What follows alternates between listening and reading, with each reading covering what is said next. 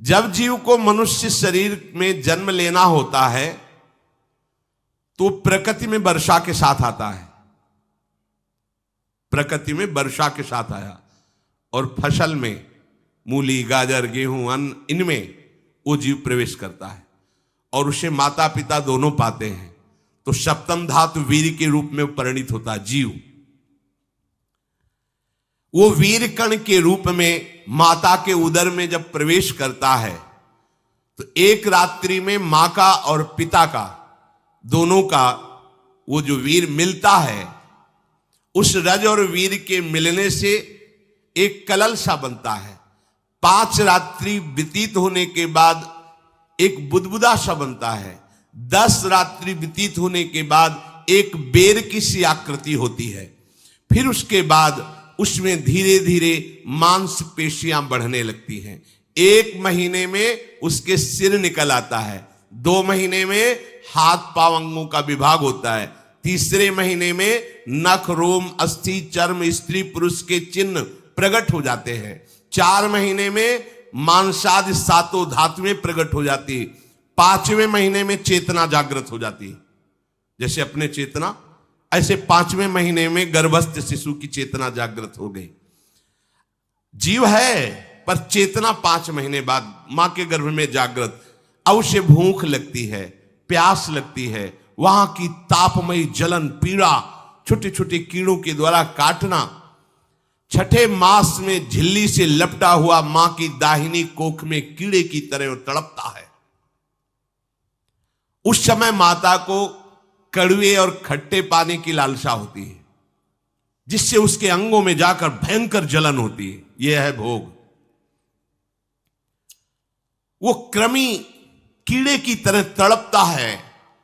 मलमूत्र के गड्ढे में बीच में झिल्ली में बंधा हुआ वो जीवात्मा सुकुमार तो होता है, वहां के कीड़े उसे नोचते छोटे छोटे, वो तड़पता है। माता प्रसन्न होती कि जब बच्चा हिलता है, बोले है उसकी दुर्गति हो रही, वहां भयंकर कष्ट पा रहा है। ऐसा क्लेश होता है कि क्षण क्षण में बेहोश होता रहता है। माता के खाए हुए कड़वे, तीखे, गरम, नमकीन, रूखे, खट्टे, यही पदार्थ पाने की इच्छा होती है माता, क्योंकि उसको भोग भोगना है। उसके कोमल शरीर में भयानक पीड़ा होती है जब माता ऐसे पदार्थ खाती है। गर्भाशय की झिल्ली में लिपटा हुआ, आंतों और मलमूत्र से घिरा हुआ सिर, पेट की और पीठ और गर्दन, एक कुंडलाकार ऐसे कंकण जैसा, ऐसी आकृति गर्भस्थ शिशु की होती है। पिंजड़े में बंद पक्षी के समान पराधीन, ना तो वो हिलडुल सकता है ना बोल सकता है, बड़ा असमर्थ दुख को भोग रहा है, चेतना पूरी है। इसी समय भगवान द्रवित होकर उसे ज्ञान देते हैं, गर्भस्थ शिशु को, सबको। जे उसे ज्ञान होता है तो सैकड़ों जन्म के कुकर्मों से याद आते हैं, सैकड़ों जन्म के। ओहो, ये मेरे कर्म का ही फल है, मैंने ऐसे कर्म किए इसलिए दुख भोग रहा हूं। बेचैन हो जाता है, कैसे निपट पाऊंगा, सैकड़ों जन्म के कर्म जमा है। अब महान अशांति उसके हृदय में, उस शरीर में भयंकर पीड़ा। कुंडलाकार शरीर है, हिल भी नहीं सकता है, बस कीड़े काटते, बड़ी तड़पन, बड़ी जलन, भूख प्यास की जलन। अब एक और भयानक जलन हुई, उसे स्मरण हो जाता है कई जन्मों के, सैकड़ों जन्मों के पाप कर्मों का। 7वां महीना आरंभ हुआ कि ज्ञान का उन्मेष हो गया। अब प्रसूति वायु उसे चला रही है, तड़पता है वो। सप्त धातु में स्थूल शरीर से बंधा हुआ वो जीव भयभीत होकर के पुकारता है, अगर कोई भगवान है तो एक बार मुझे यहां से निकाल दे। वो विनय करता है भगवान से, कोई अगर भगवान है जिसने मुझे इस बंधन में डाला है, एक बार निकाल दे, यहां से जाके केवल भजन करूंगा। जीव कहता, जंतुरुवाच तस्योपसन्नमवितुम जगदिच्छयात् नाना तनोर्भुवि चलच्चरणारविंदम सोहम ब्रजामि शरणम रकुतो भयम में येने दृशी गतिरदर्श सतोनुरूपा। हे प्रभु, मैं बड़ा अधम हूं। ये ज्ञान भगवान की तरफ से गर्भस्थ शिशु को होता है। देखो, स्वयं वो इतना कष्ट पा रहा है, फिर जब आप गर्भ हत्या करते हैं तो आपका पाप कितना बड़ा होगा, सोचो। सब माताओं से विनय है, संयम से रहो, सावधान रहो। ये हत्या ऐसी नहीं कि तुम्हारे दान पुण्य से क्षमा हो जाएगी। ये जो भ्रूण हत्या है, गर्भ हत्या है, बहुत बड़ा पाप है। आप लोग अज्ञान के कारण इसको ध्यान नहीं देते, इसे खिलवाड़ समझते हो। कितना ज्ञान है। बेटी ही मां है, बेटी ही बहन है, बेटी ही पत्नी बनती है, बेटी ही किसी के जीवन को धारण करने वाली बनती है। और आपने गर्भ में देख लिया बेटी है, तुम स्वयं मां होकर उसका साथ दे रहे हो, उसका नष्ट करने के लिए। हमारी तो बात ही समझ में नहीं आती, क्या बुद्धि भ्रष्ट हो गई। अगर पुरुष का इतना महत्व है तो बेटियां ना हो तो तुम्हारी कौन सी गति होगी, सोचो जरा। जीना मुश्किल हो जाएगा तुम्हारा। तुम पुरुष किस काम के रह जाओगे। तुम्हारा अर्धांग काट दिया जाए तो तुम कैसे होगे। ये स्त्री स्वरूप अर्धांग है। जिस घर में एक मां बहन नहीं है, स्त्री स्वरूप नहीं, श्मशान जैसा वो होता है। ध्यान दीजिए, ये बहुत बड़ी गलती है जो अपनी बेटियों की हत्या करते हैं। और ये वो पाप है जो अक्षम्य अपराध है। स्त्री हत्या करना शास्त्रों में बहुत बड़ा पाप कहा गया है। फिर वो तो बच्चा है, बिल्कुल नहीं। जिनसे हो गया है, श्रीमद् भागवत का सप्ताह मूल संस्कृत से सुनो और भगवान से प्रायश्चित प्रार्थना करो कि हे नाथ, भूल से गलती हो गई, दूसरा कोई उपाय नहीं। ध्यान से समझ लीजिए, तुम्हारे भ्रूण हत्या, गर्भ हत्या के पाप को नष्ट करने में एकमात्र श्रीमद् भागवत समर्थ है, दूसरा कोई नहीं। कोई दान पुण्य तीर्थ स्नान तुम्हें क्षमा नहीं कर पाएगा। यह ऐसा महापाप है। अगर हृदय में जलन करके और मूल संस्कृत के द्वारा पूरी 7 दिन में भागवत श्रवण की जाए नियम से, तो भागवत समर्थ है, इस हत्या के पाप से भी आपको मुक्त कर देगी। जिनके ऐसे हत्या हो गई हो करवा लो, नहीं तो बुद्धि आगे भ्रष्ट करके तुम्हें हरि गुरु से विमुख कर देगा। ये पाप ऐसा नहीं कि तुम्हें 2-4 माला घुमाने से क्षमा हो जाएगा। ये महत अपराध है।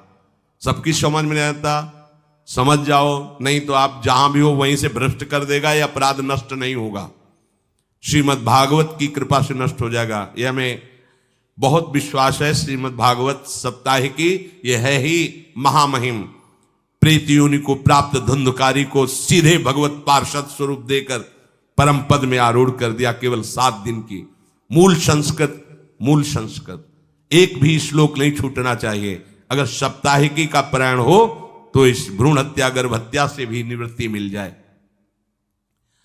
अब वो जीव भगवान को पुकारता है, मैं बड़ा नीच अधम हूं। आहा, भगवान आपने जो मुझे गति दिखाई है तो मेरे कर्म के अनुसार ही है, आपका इसमें कोई दोष नहीं।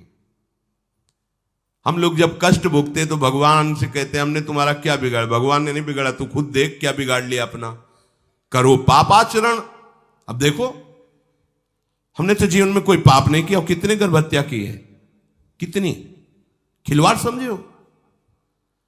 ये बिल्कुल भयावह चीज है। आप लोगों को नहीं, हम बार बार इसीलिए कह रहे कि भयावह वस्तु है, तुम्हें बहुत ऊंचाई से घसीट के भ्रष्ट कर देगी। बहुत होश में हो, भूल के कभी ऐसा न करना जहां तक हमारी आवाज पहुंचे, जहां तक सुनाई दे। गर्भ हत्या मत करना, संयम से रहो। इस तरह का व्यवहार मत करो कि तुम्हारा मनुष्य जन्म ही व्यर्थ चला जाए। इसमें तीनों को बराबर दंड मिलेगा। गर्भ हत्या कराने वाला, गर्भ हत्या की प्रेरणा देने वाला और गर्भ हत्या में सहयोग देने वाला, जो औषधि डॉक्टर या जो भी, तीनों को दुर्गति होगी। माता, पिता, प्रेरक और कर्ता। ऐसा नहीं कि आप डॉक्टर हो तो आपको गर्भ हत्या करने का अधिकार नहीं। आप डॉक्टर हो दूसरे के शरीर को स्वस्थ करके निरोग करने के लिए, हत्या करने के लिए नहीं। कोई भी हमारा संविधान ऐसा आदेश नहीं करता कि आप गर्भ हत्या कर दो, ना भागवतिक और ना भारतीय संविधान। ऐसा संविधान आदेश नहीं करता। अब वो जीव कह रहा है कि प्रभु मेरे योग्य ही है आपने जो मुझे दंड दिया है। मैंने सुना है कि आपकी शरण में जो आता है आप उसकी रक्षा कर लेते हैं। आपकी जो शरण में हो जाता है वो इस भूमि पर, भारत भूमि पर, विश्व पर निर्भय विचरण करता है, कोई उसे भय नहीं प्रदान कर सकता। प्रभु मैं इस माता के उदर में माया का रहस्य न जानने के कारण ऐसे कर्म किए कि मैं आ गया हूं, बहुत दुख पा रहा हूं। हे निर्विकार अखंड बोध स्वरूप परमात्मा, मैं बार बार नमस्कार करता हूं।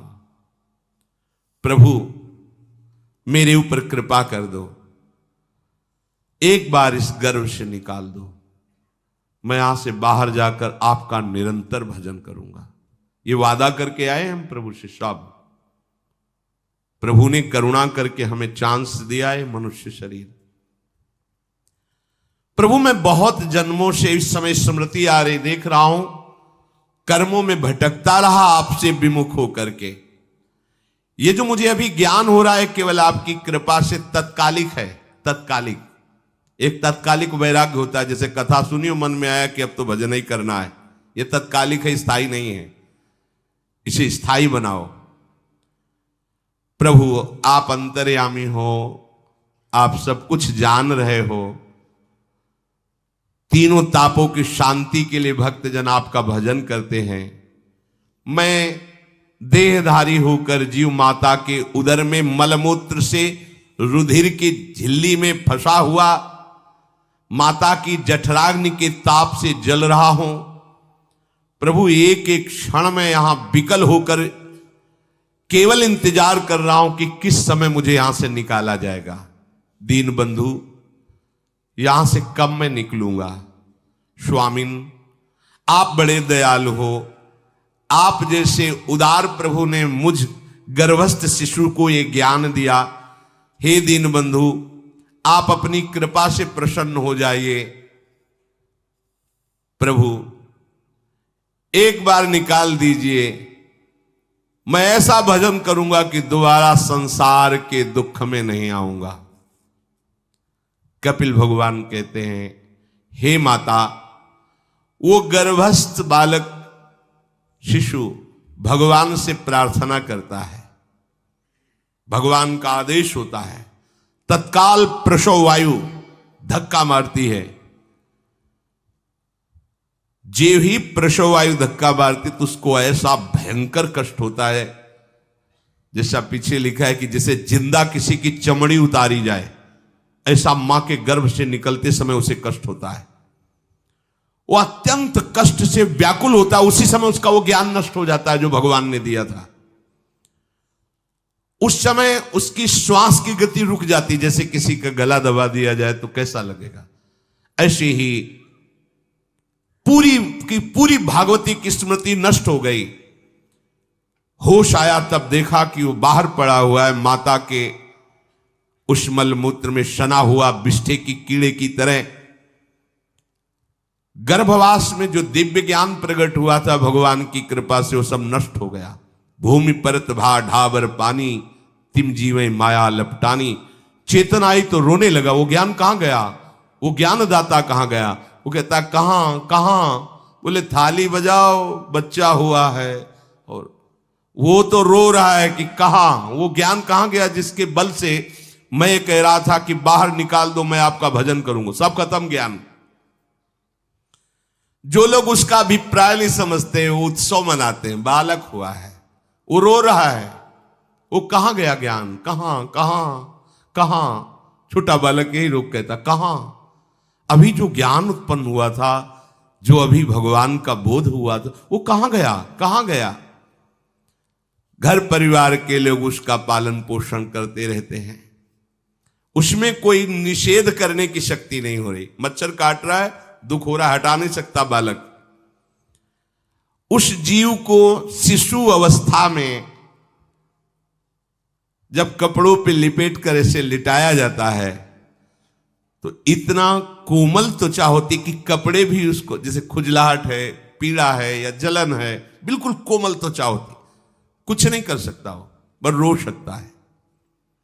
ना खुजलाने की, ना करवट बदलने की, ना उठने की कोई सामर्थ्य नहीं। बड़ा कष्ट पाता है बाल्यावस्था में, क्योंकि त्वचा बड़ी कोमल होती, दास मच्छर आदि जीव उसको काटते हैं।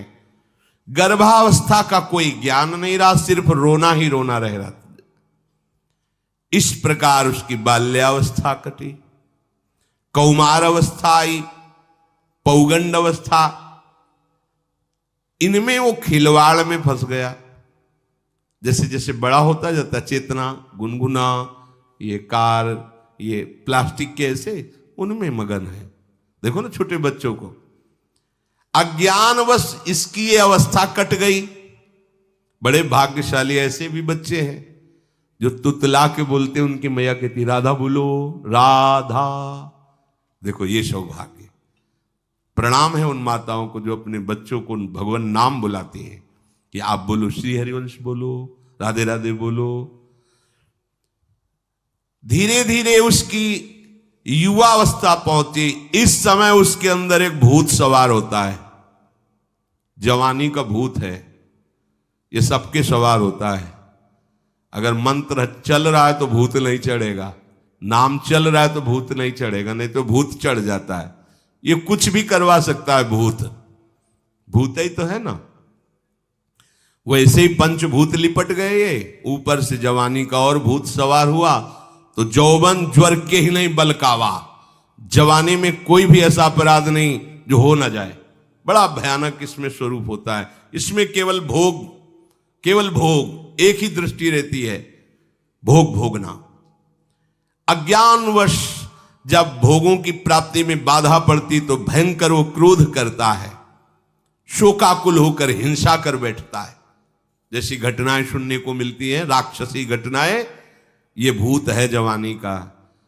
जहां कामना में बाधा पहुंची, क्रोध, क्रोध में वो समझ नहीं पाता कि मेरे जैसा ही प्रिय शरीर उसका है जो मैं वर्ताव कर रहा हूं। सदेहेन मानेन वर्धमानेन मन्युना करोति विग्रहम कामी कामेष्वंताय चात्मनः। जैसे जैसे देह बढ़ता जाता है, पुष्ट होता जाता है, वैसे वैसे भोग वासना और अभिमान बढ़ता जाता है। वो काम परवश होकर अपना नाश करना शुरू कर देता है। यौवन,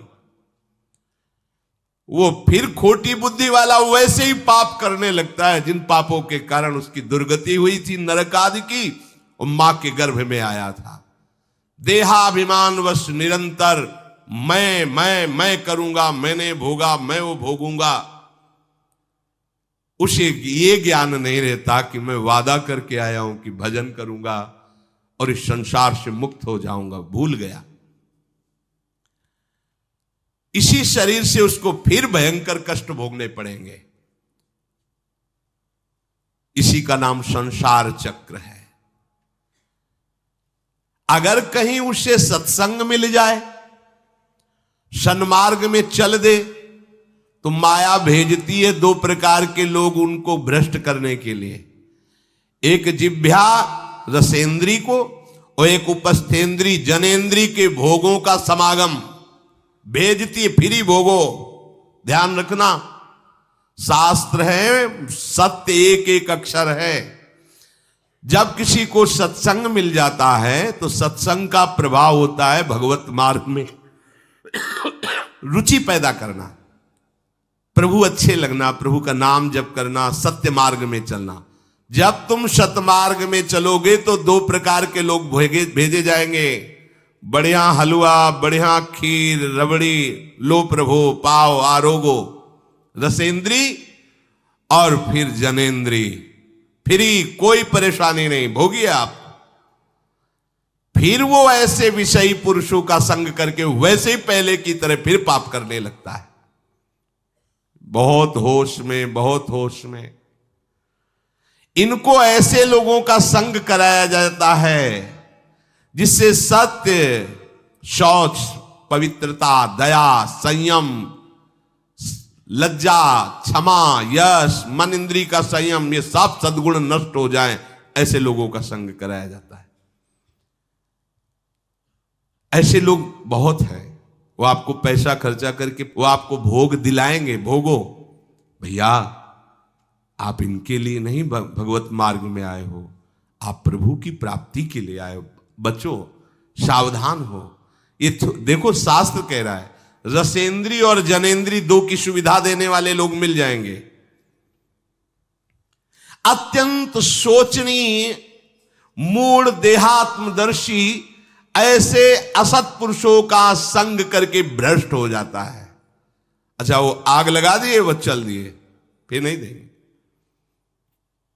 कुछ लोग ऐसे होते हैं, ये 10 दिन अपने पैसे से आपको नशा करवाएंगे, फिर इसके बाद तुम्हें उनके पैरों में गिरना पड़ेगा, फिर मांगने से भी नहीं देंगे, पहले फिर ही देंगे। आदत बिगड़ गई। अब ऐसे लोग मिलेंगे, मुस्कुराएंगे, हंसेंगे, आपको गले लगाएंगे, आपको लगेगा जीवन का सार मिल गया, फिर इसके बाद जूते चलाएंगे, गली में नहीं देखने देंगे। अब तुम्हारी वृत्ति बिगड़ गई, तुम उधर ही ताको, होश में होश में। इस जीव को किसी और के संग से ऐसा बंधन, ऐसा मोह नहीं होता जैसा कामिनियों के संग से होता है। भगवान कपिल देव जी कह रहे हैं, न तथास्य भवेन्मोहो बंधश्चान्य प्रसंगतः योषित संज्ञाद यथा पुरुषो यथा तत्संग संगता। कामी पुरुषों का, कामिनियों का संग जैसा परमार्थ भ्रष्ट करता है वैसा और किसी से नहीं हो सकता। इसलिए तुम इतना अपने को मत साधक समझ लो कि हमारा कौन बिगाड़ सकता है। उदाहरण में दे रहे हैं, प्रजापति स्वाम दुहितरम दृष्ट्वा तद्रूप धर्षितः रोहित भूताम शोनवधा वदृक्ष रूपी हतत्रपहा। स्वयं प्रजापति भगवान ब्रह्मा जी ने अपनी पुत्री को जब देखा, प्रसंग आता है, सरस्वती जी, बहुत सुंदर सरस्वती जी है, तो अपने को संभाल न सके। उनके रूप लावण्य और यौवन के स्वरूप को देखकर भगवान ब्रह्मा जी आकर्षित हो गए। इसलिए दूसरों की तो बात ही क्या है, हम सब ब्रह्मा के ही बनाए हुए हैं, वो आकर्षित हो गए। इसलिए बलम में पश्चिमाया स्त्री मैया जैनो दिशाम या करोति पदाक्रांतान भूर्विजंभेण केवलम। हे माता, मेरी माया का बल देखो, जो अपने पैरों से विश्व को कुचल सकते हैं, ऐसे दिग्विजयों को अपने पैरों के नीचे कुचल दे, वो मेरी माया है। देखो, बलम में पश्चिमाया स्त्री मैया जैनो दिशाम, जो 10 दिशाओं पर विजय प्राप्त कर सकते, उनको भी घुटने टिकवा दे, ये मेरी माया है। संगम न कुर्यात् प्रमदा सुजातु योगस्य पारम परमारुरुक्षु मत्सेवया प्रतिलब्धात्म लाभो वदंति या निरय द्वारमस्य। श्री भगवान कह रहे हैं, अहो मेरी इस माया का बल देखो। इसलिए जो मेरे को प्राप्त करना चाहता है, योगारूढ़ होना चाहता है, भजन में आगे उन्नति चाहता है, उसे चाहिए जो तुम्हें भ्रष्ट करने के लिए इशारे करे, चाहे स्त्री हो चाहे पुरुष, तजिए ताहि कोटि बैरिशम यद्यप परम सने। वो मित्र नहीं, वो माया के द्वारा भेजा हुआ दूत है। चाहे कोई भी हो, होश में तुम समझते हो कि बाजी जीत गए, भाग्य खुल गए, तरस रहे थे भोगों के लिए, मिल गए भोग। अरे नारकी गतियों से बचने के लिए तुम्हें अवसर मिला था, फिर नरक जा रहे हो। तुम समझते हो कि इसको भोग ले तो सुखी हो जाए, उसको जो भोग रहा है वो समझता है उसको भोग ले तो सुखी हो, उसको वो पूरी सृष्टि इसी भ्रम में फंसी हुई है। होश में हो जाओ।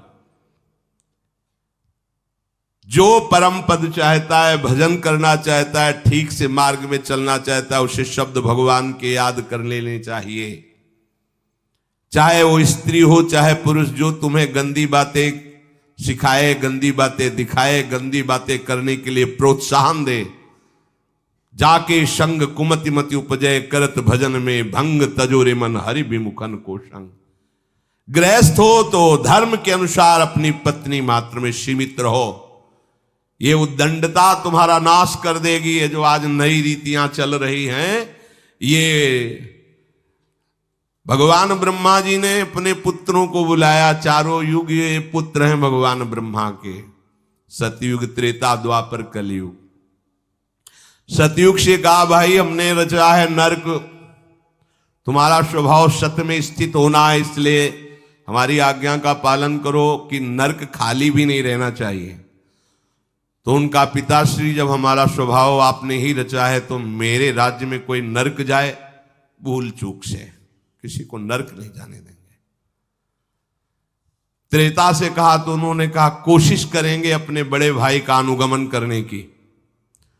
द्वापर से कहा तो उन्होंने कहा कोशिश करेंगे आपकी आज्ञा का पालन करने की। समझना। लेकिन जब कलयुग आया तो मुस्कुरा के बोला, पिताश्री जैसे बड़े भैया ने कहा मेरे राज्य में कोई नरक मेरी जानकारी में नहीं जा पाएगा, ऐसे ही मेरे राज्य में कोई स्वर्ग या परम पद मेरी जानकारी में नहीं जा पाएगा। मैं सीधे हाउसफुल करूंगा नरक। देख लो ना, शराब पीना, व्यभिचार करना, जुआ खेलना, चोरी करना, हिंसा करना, इसके प्रधान स्थान है। ब्रह्मा जी से कहा आप चिंता मत करो, जैसे बड़े भैया कहते हैं कि हमारे राज्य में कोई नरक नहीं जाएगा, ऐसे हम आपको वचन देते हैं। अगर हमारी दृष्टि पड़ी तो न स्वर्ग जाने देंगे न परम पद में जाने देंगे। तभी महाप्रभु कहते पाए जान जगत में सब जन कपटी कुटिल कलयुगी टंचू। कलयुग ने सबको देख रखा है, सबको अधीन कर रखा है। अगर बच सकते हो तो एक हरिनाम है, राधा नाम है, जो कलयुग का प्रभाव नहीं पड़ने देगा। इसलिए होश में, चाहे वो पुरुष हो या स्त्री हो, रिश्तेदार हो, नातेदार हो, कोई हो, जिसके संग से भोग वासना बढ़े, भगवत विमुक्ता हो, दूरी बना लो, तत्काल दूरी बना लो। वो मित्र नहीं, वो भारी दुश्मन है, जो तुम्हें फिर वही दुर्गति में ले जाएगा जो गर्भ में वादा किया वो नहीं कर पाओगे। भगवान कह रहे मैं इसलिए मना कर रहा हूं कि ये खुला हुआ नरक का द्वार है। वदंती या निरय द्वारम अश्य, निरय माने नरक का द्वार, अश्य माने ये भोग विलासिता खुला हुआ नरक का द्वार है। इसका भाव यह है कि इसमें सुख तो है नहीं, सुख भासता है। भासना और है में अंतर है। जैसे रेत में हम देखते हैं सूर्य की किरणें पड़ने पर निर्मल जल भासता है, और प्यास के कारण हम दौड़े तो वहां बालू ही मिलेगी, फिर आगे भासता है, फिर भागे तो फिर भागने से प्यास बढ़ती जाती है, पानी मिलता नहीं। ऐसे ही परस्पर आकर्षण में सुख भासता है, होता नहीं। जब हम उसको स्वीकार कर लेते हैं तो एक मन में उदासी आती कि यहां वो तो मिला नहीं जो चाह रहे थे, तो वो दूसरा दिखाता है, वो आगे, वो उधर गया, तो फिर वो पूरा जीवन नष्ट हो जाता है। और मिला नहीं क्योंकि है नहीं, भासता है, सुख भासता है नहीं। प्रभु में सुख भासता नहीं, प्रभु में सुख है, भासता नहीं है। इसलिए जो भासता में लगे वो प्रभु में नहीं लग पाते, क्योंकि यहां भासता नहीं है, वहां भास रहा है, वो है नहीं। यहां है, भास नहीं रहा है तो है का परिचय नहीं है, इसलिए वो यहां लग। और जो लग गया तो नाच नाच के मीरा जी कहती पायो जी पायो मैंने राम रतन धन पायो। पति है। प्रथम रात्रि में मीरा जी ने राणा साहब से कहा कि आप हमारी बात शायद समझ सकते हो, आप हमें स्पर्श मत करना। मैंने सुहाग गिरधर के नाम का भरा है, मैं तुम्हारी पत्नी नहीं हूं। लोक व्यवहार के कारण तुम पति रूप में आए हो, तो मैं चाहती हूं कि तुम मेरा सहयोग करो। मैं एक पतिव्रता हूं गिरधर की। मेरे तो गिरधर गोपाल बैठे थे एक ही सैया में, उतर के चरणों में बैठ गए। मीरा जी के चरण पकड़े के अहो भाग्य, मुझे ऐसे सौभाग्य मिला कि आपका पति होने का। एकांत में आप हमारी गुरु होंगी और समाज में आप पत्नी का स्वांग करेंगी, जिससे आपको विक्षेप नहीं पड़े। आजीवन निर्वाह किया, एकांत में गुरुवत मीरा जी के प्रति व्यवहार करते राणा साहब, और व्यवहार में मीरा जी पत्नी जैसा व्यवहार में बाहर, और अंतर में ऐसी सदगति हुई राणा की जो बड़े बड़े योगियों को दुर्लभ है। वो मीरा जी जीवन में कभी भी किसी भोग को स्वीकार नहीं किया। गिरधर के रंग राची, सब भोग चरणों में लुट रहे थे। सोचिए, राज परिवार में ब्याही गई, क्या था, किसी भी सुख की आकांक्षा नहीं। यह है रंग श्री हरि का। है नहीं ना उनमें सुख, जो है सुख वो मिल गया तो फिर भासने की तरफ क्यों बढ़ेगा। इसलिए ये जो मेरी माया है, ये मित्र बनकर पहले सेवा के बहाने से धीरे धीरे पास आती है। आती है का शब्द माया के लिए है, वो किसी भी रूप में होगी। माया का कोई रूप नहीं आज तक वर्णन किया गया, कोई भी रूप हो, वस्तु, व्यक्ति, स्थान, घटना, कुछ भी। उपासक जब समझ नहीं पाता तो वही उसके नाश का कारण बन जाती है। बहुत सावधान, हमें नहीं पता किस रूप में आएगी। जिनको पता है हम उनको अपने पास रखें। वो है नाम, राधा राधा, फौरन पता चल जाएगा आपको पक्का। ये ठीक नहीं, नहीं बहुत श्रद्धा, नहीं बिल्कुल हटो, बिल्कुल हटो, अंदर से बिल्कुल हटो। नहीं तो कोई समझाने वाला थोड़ी था बचपन से हमें कि भाई पास कोई हो, यही नाम। जहां कहीं कोई प्रियता, कहीं आश्रमों में कहीं कुछ समझ में, हटो हटो हटो, ये नाम हटाते हटाते हटाते जहां लगाना चाहिए वहां लगा दिया। नाम अगर है अंगरक्षक तो तुम्हें माया से बचाता रहेगा, क्योंकि जिनकी माया है उन्हीं का नाम है। वो खूब अच्छे से जानता है, माया को पहचानता है। नाम आप नहीं पहचानोगे पक्का, क्योंकि वो बाहर से ही नहीं आती, वो अंदर से भी आती है। ये सब माया के ही पार्षद है, मन बुद्धि चित्त अहंकार सब माया में है। नाम चलेगा तो अंदर और बाहर दोनों जगह सुरक्षित रखेगा। पकड़ लीजिए, वो तिनके में ढके हुए कुएं के समान होती है। पता नहीं चलता कि कितना गहरा कुआं है, ऊपर से तिनके से ऐसा लगता भूमि, जो पैर रखा गिर गए कूप में, अब निकल नहीं सकते। जब मेरी माया में आसक्त हो जाता है तो अंत समय फिर उसी माया का स्मरण आता है। वही सब मैं और मोर तोड़ते हैं। अब वो फिर उसी चिंता से फिर वही फंस गया, फिर वही दुर्गति प्रारंभ। तो हे माता, जो हरि से विमुख हैं उनका ये चक्र चलता रहता है। पुनरपि जननम पुनरपि मरणम पुनरपि जननी जठरे शयनम। इसलिए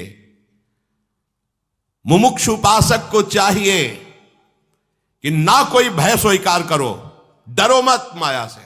देखो भगवान के वचन, ना किसी के सामने दीन हो। भक्ति की दैन्यता अलग है, विषयों की दीनता नहीं। ये साधु में कभी नहीं हमने देखा, किसी भी साधु में ये नहीं। साधु है ये नहीं होगा जब मर जाए पक्का, और साधुता नहीं है तो फिर इतना ही है, फिर और रही क्या गया है। फिर साधुता में ये तो नहीं होता पक्का। हम कहते हैं बहुत हजारों संतों से मिले, ये नहीं होता। अरे रिद्धियां सिद्धियां मारी घूमती पीछे, वो हाथ फैलाएंगे। हाँ, आचार्य आदेश के कारण रोटी मांगते हुए बड़े बड़े सिद्धों को देखा गया है।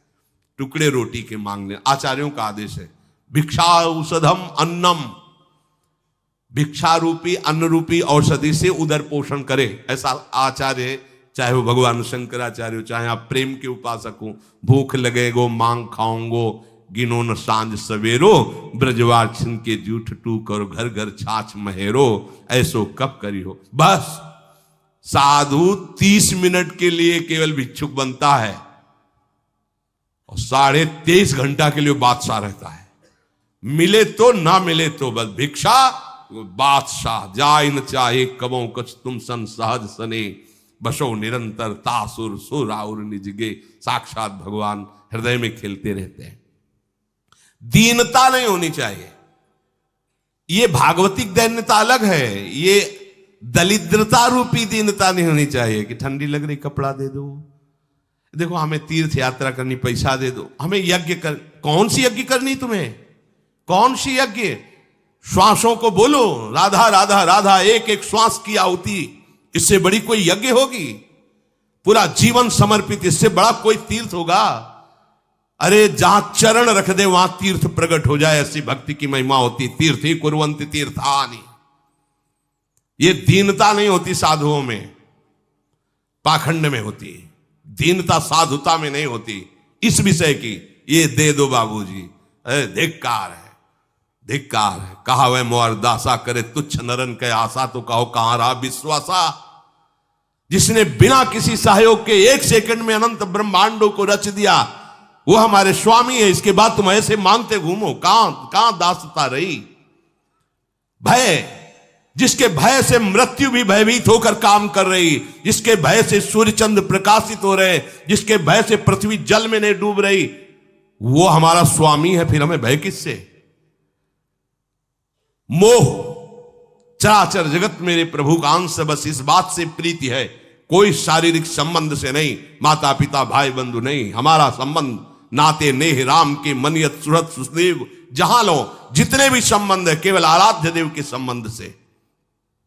बस निसंग भाव से वो फिर भगवत प्राप्त हो जाता है। ये सावधानी रखनी।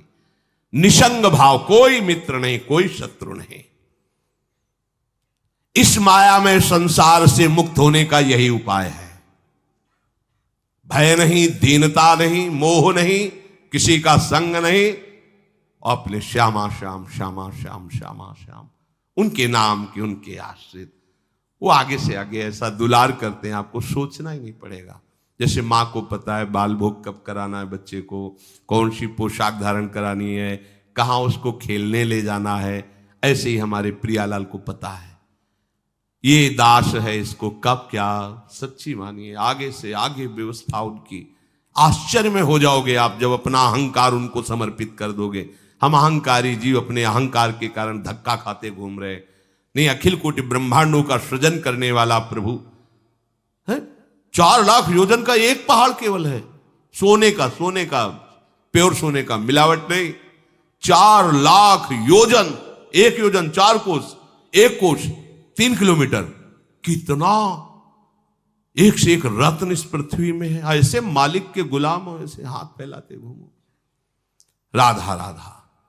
इस शरीर को बहुत ध्यान से सुन लो।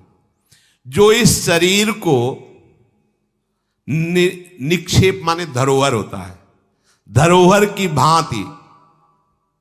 जैसे हम तुम्हें दे दें कि 500 रुपए रख लो, हमें जब काम लगेगा ले लेंगे, तो 500 रुपए रखे आपकी जेब में, लेकिन आप कभी उसे अपना नहीं मानेंगे। अगर कभी आवश्यकता पड़ी, किसी ने बताया कि 500 रुपए आपकी जेब में, नहीं, वो तो धरोहर है। जब वो मांग लेंगे तो उनको हम खर्चा, धरोहर का खर्चा स्वयं में नहीं किया जाता। ईमानदार आदमी धरोहर को जैसे रखा वही, ये नहीं कि हम 500 खर्चा कर लेते हैं फिर कमा के 500 दे देंगे, नहीं, वही सेम टू सेम वैसे ही वापस होगा।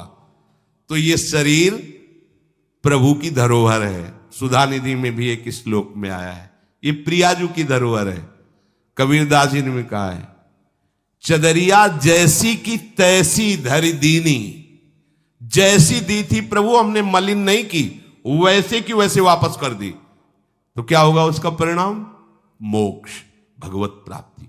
इसे मलिन करने का अधिकार तुम्हें नहीं। ये चदरिया जो मिली है, मनुष्य शरीर, ये भगवत प्राप्ति। इसे गंदा मत करो।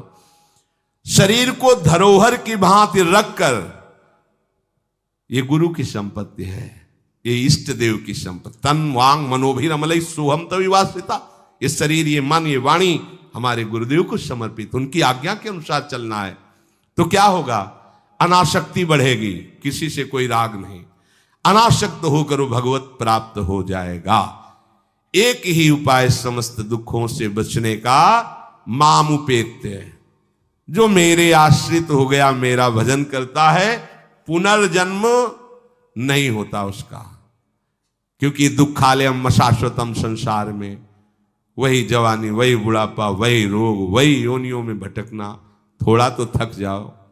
तुम्हें नहीं चाहिए दिव्यता तो कम से कम इतना समझ लो। फिर वही प्रारंभ वाली बात कहते हैं कि देश विदेश सुख के लिए भटकते हो, तो हम भी तो ऐसे देश की बात कर रहे हैं जहां सुख ही सुख है। जहां काल की भी चाल नहीं है, वो है निकुंज देश। निकुंज देश के राजा हैं श्यामा श्याम। चलो ना वहां, राधा राधा रूपी धन कमाओ, यहां किसी से व्यवहार न करो, प्रेम का व्यवहार भगवत समर्पित करो, राग द्वेष का व्यवहार मत करो, तो इसी जन्म में ये कर्म परंपरा खत्म हो जाएगी। पता नहीं कौन कौन सी योनियों में हमें जाना पड़े मां के गर्भ में। इसलिए भाई ये आखिरी जन्म होना चाहिए, ऐसा कर लो, ऐसा धन कमा लो जो तुम्हारे साथ चले, वो है राधा नाम। अब जीवन में धोखा ना होने पावे। सबसे प्रार्थना है बच जाओ, आगे और कलयुग भयानक रूप लेके आएगा, आपसे भजन नहीं होगा। अभी देख लो, न खान पान पवित्र है, न संग पवित्र है, न दृश्य पवित्र है, आगे तो और भी। ये ऐसा समय पैदा करेगा कलयुग कि कोई राम कृष्ण हरि नाम सुनाई नहीं देगा। भा भ्रष्टाचारा सब संसारा धर्म सुने नहीं, कहीं स्वाहा स्वधा तो खत्म होता जा रहा है। देख लो, पहले यज्ञों की भरमार होती थी, कहां यज्ञ हो रहे हैं। ऐसे ही अभी सत्संग सुनने को मिल रहा है। कितने जगह सत्संग होता है, भगवत प्राप्ति का कितनी जगह सत्संग होता है, खोज लो आप पूरे भारत में। कितनी जगह शुद्ध शास्त्र सम्मत भगवत मार्ग की बात मिलेगी। कितने नाम जापक रह गए हैं। वास्तविक आगे चल करके आपको सपोर्ट ही नहीं मिलेगा भक्ति का। जैसे अभी डरने लगे कि अगर तिलक लगा के जाएंगे तो ऑफिस वाले क्या कहेंगे, स्कूल में तो कंठी और तिलक ही नहीं धारण करने दिया जाता। बच्चे कहते हैं, घर में कहते हैं तुम सुहागवती हो, कंठी तो विधवा धारण करती हैं। कैसा दुर्बुद्धि घर वाले। और ठाकुर सेवा ये तो विधवाओं का काम हुआ। सच्ची सौभाग्यवती वही है जिसने ठाकुर सेवा स्वीकार कर ली। सच्चा मंगल सूत्र कंठी ही है जिसने हरि का पहन लिया। कैसी मंद बुद्धि है लोगों की। ऐसी मतलब सौभाग्यवती भी कंठी पहन सकती हैं, तो हमें लगता है इससे बड़ा दुर्भाग्य क्या होगा, हम इसे सौभाग्य मानेंगे। राम हरि कृष्ण बोल न पावे, कंठी न धारण करे, रज न धारण करे और उसे सौभाग्यवती, तो कौन सा सौभाग्य। मरण धर्मापति, कुछ दिन में वो भी मरेगा, फिर बनना क्या बनना। न भजन लायक रह जाओगे, न संसार लायक रह जाओगे। प्रार्थना मान लो, थोड़ा कड़ुआ लगेगा लेकिन बहुत मीठा है परिणाम इसका। यत् अग्रे विस्मयो परिणामे अमृतोपमम। जिसमें शुरुआत विष जैसी लगे उसका परिणाम अमृत में होता है। खूब भजन करो और इसी जन्म में श्री जी को प्राप्त करो। श्री राधा वल्लभ लाल।